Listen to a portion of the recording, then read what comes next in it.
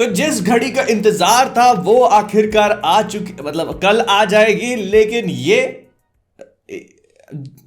Awkward roast verse intros are never going to stop I think, क्योंकि जब इंसान असल जिंदगी में ऑकवर्ड होता है तो फिर उसके इंटरेक्शंस लोगों के साथ। पहली खबर, डिज्नी ने एक्चुअली अपनी pirates of the Caribbean movie के साथ बहुत गंदे गंदे कांड करने शुरू कर दिए। मैं बात कर रहा हूं पायरेट्स ऑफ द कैरेबियन 6 की, जो एक्चुअली पायरेट्स का रीबूट होगा। और ऐसा बोला जा रहा है कि ये all female pirates of the Caribbean है। और इसके लिए इन लोगों ने अभी अभी रिसेंटली बेयर के लिए अवार्ड जीतने वाले अयो एडेबेरी को कास्ट किया हुआ है। और ऐसा बोला जा रहा है कि जो इनका रोल है वो जैक स्पैरो का रिप्लेसमेंट होगा। ऑल्दो आई स्टिल फील कि इस बात के चांसेस थोड़े से कम है, लेकिन फिर भी अगर डिज्नी वाले इस बात को सच में कर लेते हैं तो मैं बस यही बोलना चाहूंगा कि एम्बर हर्ड ने तो किसी और के बिस्तर पे आगा था, डिज्नी वाले तो खुद के। फिर इसके बाद जेम्स कैमरन ने अवतार 6 और 7 तक की भी अपडेट दे दी है। उन्होंने कहा है कि अगर तब तक मैं पिक्चरें बनाता हूं तो बस फिर बैटन हैंड ओवर करने तक की बात हो जाएगी, मतलब वो किसी और को अपनी मशाल हाथ में सौंपेंगे। उनका कहना पड़ा I mean morality catches up at that point. मैं आपको याद दिला देता हूं कि ये वही बंदा है जिसने अभी तक हमको 2 पिक्चरें दिखाई है बस, और 6ठी और 7वीं पिक्चर की बात कर रहे हैं।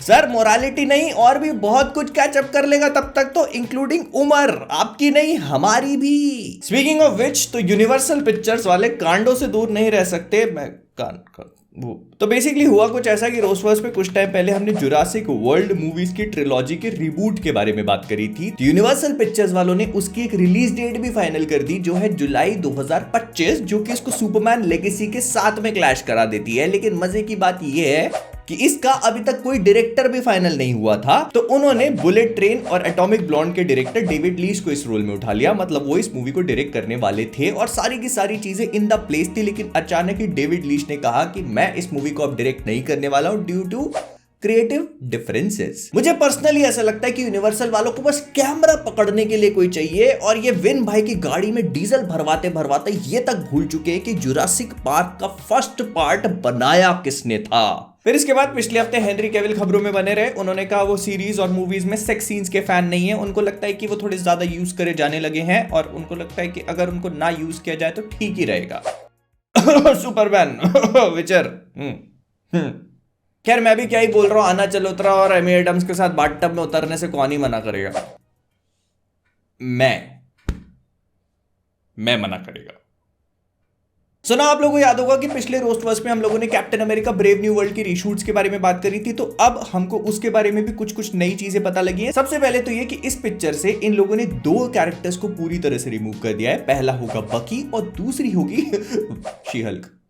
अब बकी को लेकर ऐसा रीजन बताया जा रहा है कि क्योंकि थंडरबोल्ट्स की रिलीज जो है वो खतरे में पड़ चुकी है, मतलब उसको काफी आगे पुश किया जा रहा है। तो इसी वजह से वो ब्रेव न्यू वर्ल्ड और थंडरबोल्ट्स को बिल्कुल सेपरेट रखना चाहते हैं, एटलीस्ट फॉर नाउ। और जहां तक रही बात शीयल की, तो कारण आप जानते हो, मेरे को बताने की जरूरत नहीं है, सपाटे पड़ रहे थे। लेकिन वहीं पर दूसरी तरफ आते हैं जेम्स गन, जिन्होंने अपने पूरे डीसीयू के साथ एक कोहेसिव प्लान बनाने की कोशिश करी। उन्होंने कुछ टाइम पहले ऐसा अनाउंसमेंट किया था कि वो एक ऐसा डीसीयू बनाएंगे जिसमें जितने भी प्रोजेक्ट्स हैं, including live action, animated, gaming, novel, जो भी सब कुछ दुनिया जमाने की चीजें जो आएंगी, वो सब के सब एक यूनिवर्स में काम करेंगी। एंड उस समय सुन के अच्छा लगा। एंड कहने को कहा जा सकता है कि सर आप ये जो बोल रहे हो ये बोलने में अच्छा लगता है, लेकिन बिल्कुल भी प्रैक्टिकल नहीं है, और प्रैक्टिकल था भी नहीं, क्योंकि अब जेम्स गन को रियलाइज हो रहा है कि एक लाइव एक्शन मूवी बनाने में बहुत से बहुत 2 साल लगते हैं, लेकिन वही दूसरी तरफ एक गेम को डेवलप करने में कम से कम 4 से 5 साल लग जाते हैं, अगर अच्छा AAA टाइटल बनाना हो जो ये लोग बनाने का प्लान कर रहे हैं। तो इसी वजह से इस पूरी चीज को एक कोहेसिव यूनिवर्स में रखना थोड़ा सा मुश्किल हो जाता है। एंड दैट इज व्हाई अब इस चीज पर ऐसा सुनने को मिल रहा है कि डीसी बैक ट्रैक कर सकता है। Which brings me to हमारे साप्ताहिक गेमिंग सेगमेंट, जिसमें हम लोग सबसे पहले डीसी के वंडर वुमन गेम की ही बात कर लेते हैं। तो ऐसा सुनने में आया है कि जो डीसी का वंडर वुमन गेम अनाउंस किया गया था वो गॉड ऑफ वॉर को कॉपी कर सकता है, और सुनने में लग रहा है कि कॉपी पेस्ट होगा। लेकिन personally I am not complaining. अगर गॉड ऑफ वॉर का 3rd पार्ट अभी नहीं आ रहा है तो उसी बहाने मुझे वंडर वुमन के गेम में गॉड ऑफ वॉर खेलने को मिलेगा तो किसको बुरा लग रहा है। मतलब ऐसा बोला जा रहा है कि इसमें हमको पूरे के पूरे ग्रीक गॉड्स का पैंथियन देखने को मिलेगा और उनसे फाइट वगैरह होगी। एंड ऐसा बोला जा रहा है कि कुछ कुछ उसी मैकेनिक पे ऑपरेट करेगा जैसे हमने रीसेंट वाले गॉड ऑफ वॉर गेम्स देखे हैं। लेकिन क्योंकि इसको मोनोलिथ स्टूडियोज बना रहे हैं जो इससे पहले Shadow of War, Shadow of Mordor बना चुके हैं, बहुत ही master class games by the way, तो काफी हाई चांसेस हैं कि इसमें ये लोग अपना नेमेसिस सिस्टम भी इंक्लूड करें, जो मुझे काफी पसंद आया था। और डीसी गेम्स की बात हो रही है तो एक और की बात भी कर लेते हैं, suicide squad kill the justice league, जो मैंने रिसेंटली ट्राई किया अपने मेंबर ओनली स्ट्रीम पे, नहीं झेल पाया भाई। मैंने स्टीम पे खेला, थोड़ा 2 घंटे पूरे नहीं हुए थे, फिर रिफंड भी लेना पड़ गया। It was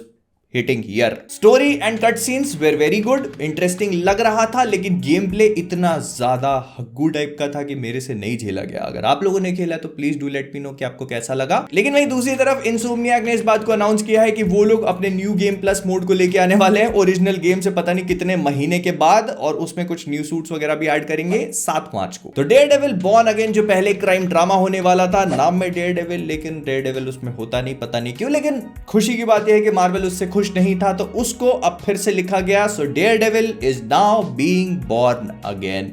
you see what I did there. ऐसे ही तो गंदे जोक्स लिखे जाते हैं दोस्तों, किसी को सीखना हो तो मेरे से तो मुद्दे की बात है कि ऐसा बोला जा रहा है कि डेयरडेविल का जो नया फॉर्मेट है उसमें हमको क्राइम ड्रामा कम देखने को मिलेगा, मतलब कोर्ट रूम वाली चीजें कम और डेयरडेविल के एक्शन वैक्शन वाली चीजें ज्यादा। ऑल्दो आई लाइक इट, लेकिन मुझे ऐसा लगता है कि वो वाली चीज भी हमको दिखानी चाहिए थी। मतलब a balance of both worlds, दिन में लॉयर, रात में crime fighting, there is a very fine line in between, that is very operate. But क्योंकि बात चली है तो पिछले हफ्ते इनकी भी कुछ कुछ इमेजेस फ्लोट करना शुरू हो गए इंटरनेट पे, और हमको डेयरडेविल का नया सूट भी देखने को मिला, जिसको देखकर बहुत सारे लोगों ने आपत्तिजनक बातें भी करनी शुरू कर दी। वो वाली नहीं, बोला कि मतलब ऐसे डेयरडेविल के नए सूट पे हमको डबल डीज देखने को नहीं मिल रहे। फिर कई सारे लोगों ने बोला कि भाई वो पोस्ट पे भी तो ऐड कर सकते हैं, क्योंकि मार्वल वाले बिना पोस्ट के तो कुछ काम करते ही नहीं है, हर एपिसोड पे 40 मिलियन खर्च भी तो करने हैं। और इन इमेजेस में हमको बुलसाई का नया सूट भी देखने को मिल गया, जो ठीक ही ठाक लग रहा था। इस पे भी मुझे लगता है कि पोस्ट प्रोसेसिंग का कुछ तो काम होगा, नहीं तो ऑल्दो कॉमिक बुक से इंस्पायर्ड है काफी हद तक, लेकिन सस्ता कॉस्प्ले लग रहा है। फिर रिसेंटली हम लोगों ने इस बारे में बात करी थी कि बैटमैन की कास्टिंग फाइनलाइज होने वाली है, और रोस्टवर्स का बहुत ही अच्छा चुकंदर काट दिया जेम्स गन ने, क्योंकि उन्होंने कहा कि ऐसे कोई खबर नहीं है, क्योंकि अभी तक Batman brave and the bold की स्क्रिप्ट भी फाइनलाइज नहीं हुई है। तो पहले स्क्रिप्ट फाइनलाइज होगी, उसके बाद वो कास्टिंग पे काम करना शुरू करेंगे। तो अभी हमारे डीसीयू का बैटमैन बहुत दूर है। फिर डिज्नी ने अपनी काफी सारी पिक्चरों को एक साथ अनाउंस कर दिया, मतलब वो वाली नहीं जो हम बात कर रहे हैं, एनिमेटेड डिज्नी मूवीज को, जिसमें से पहले रॉक भैया कोडी रोड्स की कहानी खत्म करने के बाद आएंगे मोआना की कहानी खत्म करने। उस तरीके से नहीं, क्योंकि मोआना 2 27 नवंबर 2024 को रिलीज हो रही है। उसके बाद आएगी ज़ूटोपिया अगले साल 2025 में, उसके अगले साल 2026 में आएगी टॉय स्टोरी 2 और फ्रोजन 2। फिर नेक्स्ट अगर आपको प्रे पसंद आई थी, जो मुझे काफी पसंद आई थी, मतलब प्रेडेटर का सॉर्ट ऑफ रिबूट था ये, तो उसका भी सीक्वल आने वाला है, that is going to be called Badlands. और ऐसा बोला जा रहा है कि ये लोग इसको फ्यूचर में सेट करेंगे। इनको भी यूबीसॉफ्ट की तरह असासिन्स क्रीड वाला फॉर्मूला बन गया है कि अपने प्रेडेटर को किसी भी टाइम में उठा करके फेंक दो और वहां पर अच्छा खासा एक्शन एंजॉय कर लो। और क्योंकि हम लोग प्रेडेटर की बात कर रहे हैं तो एलियंस कहां दूर रह सकते, तो एलियन की अगली मूवी कॉल्ड एलियन रोम्युलस इस साल अगस्त में रिलीज होगी, जिसको फेड एल्वारेज डायरेक्ट कर रहे हैं। और ऐसा बोला जा रहा है कि जो पुरानी एलियन मूवी और उसके बाद वाली एलियंस के बीच में कहीं पे सेट होने वाली है। तो आई एम डेफिनेटली इंटरेस्टेड, क्योंकि मैं इन दोनों मूवीज का काफी बड़ा फैन। फिर कॉन्जरिंग 4 आ रही है, और ऐसा बोला जा रहा है कि पूरी फ्रेंचाइजी की आखिरी पिक्चर होगी। और यहां तक सब कुछ बहुत ही बढ़िया था, लेकिन जैसे ही मुझे ये पता चला कि इसको माइकल शेव्स डायरेक्ट कर रहे हैं, मेरे दिमाग में सबसे पहले ख्याल ये आया कि यूनिवर्सल वालों, आपको अपना कैमरामैन मिल चुका है, इसको प्लीज उठा लीजिए, क्योंकि इसको हॉरर पिक्चरें डायरेक्ट करनी तो बिल्कुल भी नहीं आती, कम से कम आपकी कॉमेडी पिक्चर ही डायरेक्ट कर लेगा। फिर इसके बाद द मैंडलोरियन एंड ग्रोगू 2026 में कभी रिलीज होगी। मूवी का टाइटल तो कम से कम चेंज कर लेते, मूवी कम मछली ज्यादा लग रही है। खैर इसी के साथ Dakota Johnson recently Los Angeles में एक इंटरव्यू दे रही थी, और उसी इंटरव्यू के बीच में एक अर्थक्वेक आ गया, और फिर इंटरव्यूअर उनसे पूछ रहे कि क्या आपको अर्थक्वेक फील हुआ? फील हुआ, ला रही है वो 14 तारीख को पूरे सोनी में। These younger women. Is that an earthquake? Yes. Okay, we just had an earthquake. Did you just do that? Did I? And क्योंकि हम इसके बारे में बात कर रहे हैं, तो मैडम वेब के पोस्ट क्रेडिट सीन की भी कुछ कुछ उड़ती उड़ती खबरें आनी शुरू हो चुकी है, जो मुझे खुद भी नहीं पता, लेकिन क्या ही हो सकता है। सोनी वालों की स्टैंड अलोन मूवी जो है, बच्चे पीटर के पास एक मकड़ी चलती हुई दिखा देंगे, जो इसको काट भी नहीं सकती, क्योंकि स्पाइडरमैन तो इसको 16 साल में ही बनना है अंकल बेन को 4 गाली देने के बाद। फिर इसके बाद फैंटास्टिक 4 के साथ बड़ी इंटरेस्टिंग कहानी चल रही है, और यहां पर आपको केविन फाइगी जी का स्कोप कितना लंबा है उससे पता। पेड्रो पास्कल अभी रिसेंटली खबरों में रहे क्योंकि ऐसा बोला जा रहा है कि इनको रीड रिचर्ड्स के रोल में कास्ट कर लिया गया है एंड दैट इज कंफर्म्ड। आप इसको 99.69% कंफर्म मान के चलो क्योंकि SAG-AFTRA वालों ने इस चीज को कंफर्म कर दिया और उसके तुरंत बाद मैट शैकमैन ने भी अपने इंस्टाग्राम की स्टोरी पे इस चीज को डाल दिया। लेकिन इसके कुछ ही देर बाद मैट शैकमैन का इंस्टाग्राम ही डिलीट हो गया। तो शॉट्स तो फायर हुए थे लेकिन किसी और की बंदूक से। और पेड्रो पास्कल एक इंटरव्यू देने के लिए भी आया जिसमें उनसे यही सवाल पूछा गया तो उन्होंने भी बहुत ही नॉट सो स्मूथली इस क्वेश्चन को डॉज करने की कोशिश करी जो इस बात को और भी फर्दर कंफर्म कर देता है। और कुछ ही देर पहले हम लोगों ने थंडरबोल्ट्स की सिचुएशन को लेकर भी बात करी थी कि मूवी थोड़े खतरे में पड़ चुकी है क्योंकि रिसेंटली फ्लोरेंस प्यू ने इस बारे में बात करी कि उनको अभी थंडरबोल्ट्स के रीशूट्स पे जाना था लेकिन अब उसकी कोई खबरें नहीं आ रही है जो इस मूवी को काफी बड़े लिम्बो वाले स्टेट में डाल देता है कि अब मार्वल वाले इस मूवी के साथ करेंगे क्या। पहले भी मार्वल को इस मूवी पे बहुत ज्यादा कॉन्फिडेंस था नहीं, मार्वल की क्या बात कर रहा हूं, मैं ही नहीं था। लेकिन प्रॉब्लम की बात यह है कि मूवी पीछे की मूवीज और आगे की मूवीज के लिए भी काफी इंटीग्रल पार्ट होने वाली है क्योंकि इसकी स्टोरी और इसका जो कॉन्सेप्ट है वो बहुत इंटरेस्टिंग होगा।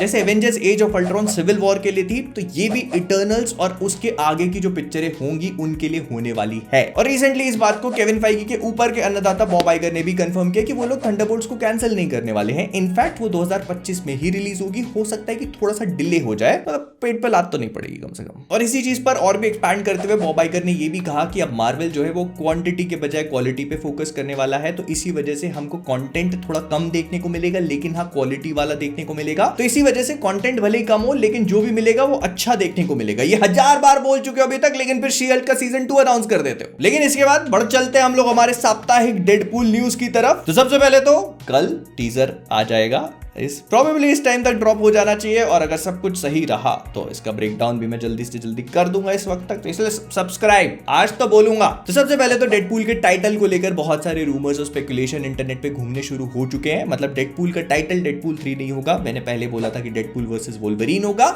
नाउ ऐसा बोला जा रहा है कि वो भी इसका टाइटल नहीं है। मार्वल स्टूडियोज ने एक्चुअली इसके काफी सारे नाम ट्रेडमार्क कराने के लिए डाल दिए हैं जिसमें से एक डेडपूल 3 है, दूसरा डेडपूल एंड वोल्वरीन है, तीसरा डेडपूल एंड फ्रेंड है, चौथा डेडपूल एंड फ्रेंड्स है। ना इसमें से कौन सा सही होगा नहीं होगा मुझे नहीं पता, लेकिन अगर डेडपूल एंड फ्रेंड्स रख दिया तो ये बहुत ही ज्यादा अनरिलेटेबल टाइटल हो जाएगा क्योंकि असल जिंदगी में अपने तो नहीं है। लेकिन इसके अलावा और भी काफी सारी चीजें सर्कुलेट हो रही है कि इस टीजर में हमको कौन देखने को मिलेगा कौन देखने को नहीं मिलेगा। कोई बोल रहा है लोगन पूरे सूट और मास्क के साथ हमको देखने को मिलेगा, मतलब उसका सूट और हेलमेट जो है उसकी अपीयरेंस हमें इस पूरे टीजर में दिखाई जाएगी। कोई बोल रहा है कि ये पूरा का पूरा टीजर वेड विल्सन के ऊपर फोकस करेगा और आखिरी में हमको वोल्वरीन की एक छोटी सी झलक दिखाई जाएगी, इससे ज्यादा कुछ भी नहीं। लेकिन कई सारे लोगों का ये भी बोलना पड़ता है कि मार्वल इस पूरे टीजर में डबल डाउन करेगा और हमको सारे के सारे म्यूटेंट्स बहुत सारे कैमियोस दिखाएगा because they want to go full fledged on this movie. लेकिन मैं आपसे पूछना चाहता हूं कि आपका इस पूरी चीज के बारे में क्या ख्याल है, आप कौन कौन सी चीजें इस पूरे टीजर में देखना चाहते हो, सब कुछ कमेंट्स में बताना मत भूलना। तो मिलते हैं कल सुबह डेडपूल 3 के टीजर के साथ। Bye bye, tata, take care. पसंद आया वीडियो लाइक कर देना, सब्सक्राइब आज तो बोलो करना। Bye bye. तो जाने से पहले कॉमिक वर्स से मैं हूं मोहित और आप सभी लोग एज ऑलवेज मैक्सिमम एफर्ट।